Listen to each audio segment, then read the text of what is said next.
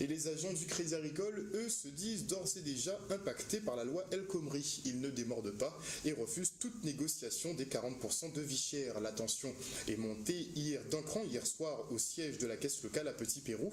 Après 8 heures de négociations infructueuses, la direction quitte la table. Les syndicats lui somment de reprendre les discussions. 24 jours de grève et toujours rien. Salariés et personnalités ont réagi au micro de Jeff Taylor. Aujourd'hui, nous sommes déjà révoltés parce qu'on a attendu déjà 24 jours et nous sommes aussi très déterminés.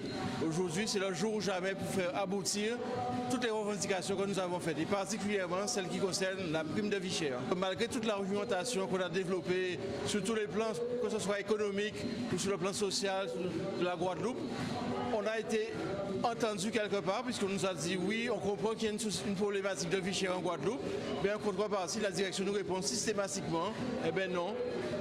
De toute façon, on a un environnement qui a changé, on a une concurrence qui a évolué, et que même si on vous comprend, eh bien, il faut qu'on applique notre feuille de route. On va y aller parce que c'est comme ça.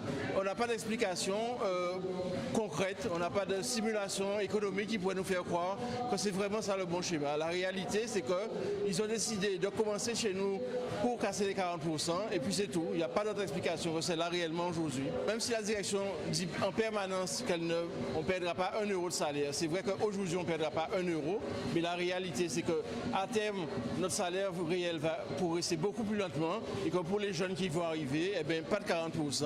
On nous promet une éventuelle prime, mais on ne sait pas ce que ça sera. On est toujours dans les hypothèses. Donc pour l'instant, oui, suppression des 40%, c'est vraiment l'objectif, et il est toujours constant chez la direction en tout cas. Les collègues sont déterminés et de plus en plus déterminés, et aujourd'hui, il faut absolument qu'on avance, qu'on fasse un grand pas dans ce conflit-là. Donc la détermination, et vous l'entendez derrière moi, les collègues sont là, ils sont présents, ils sont prêts à y passer peut-être la nuit s'il le faut, mais il faut que la négociation aboutisse aujourd'hui. Nous avons 3 parlementaires qui se sont exprimés, qui ont donné un point de vue de la classe politique de la Guadeloupe. Il y a vraiment le président du conseil régional, le député de la première circonscription, le député de la 3e circonscription de la Guadeloupe, qui ont dit que les 40% ne sont pas négociables et que cette direction et son président allaient dans le mur. La Guadeloupe n'est pas prête à remettre en cause les 40%. Si cette direction persiste dans son autisme, elle assumera toutes les conséquences de ses actions. Donc le conflit est en train de prendre une tournure où la pression monte parce que cette direction est autiste. Ce d'autant plus que aujourd'hui, rien ne justifie la remise en cause des 40%. La Caisse régionale de Guadeloupe fait des profits records. Le groupe Crédit Agricole est l'un des groupes qui a fait le plus de bénéfices. Qu'est-ce qui justifie aujourd'hui qu'on puisse toucher aux 40% des salariés guadeloupéens? Sinon, une provocation pour mettre du désordre dans le pays. Alors, est-ce que M. Fléau prendra la responsabilité de mettre du désordre dans ce pays-là? Même le MEDEF local est contre cette remise en cause des 40%. Nicolas Sarkozy, candidat de l'opposition, a dit qu'il ne toucherait pas aux 40%. Le président de la République a dit que ce n'est pas à l'ordre du jour. Pourquoi lui, Caisse de Guadeloupe, il veut régler les 40%? Les négociations n'ont pas encore capoté, puisque les négociations n'ont pas eu lieu.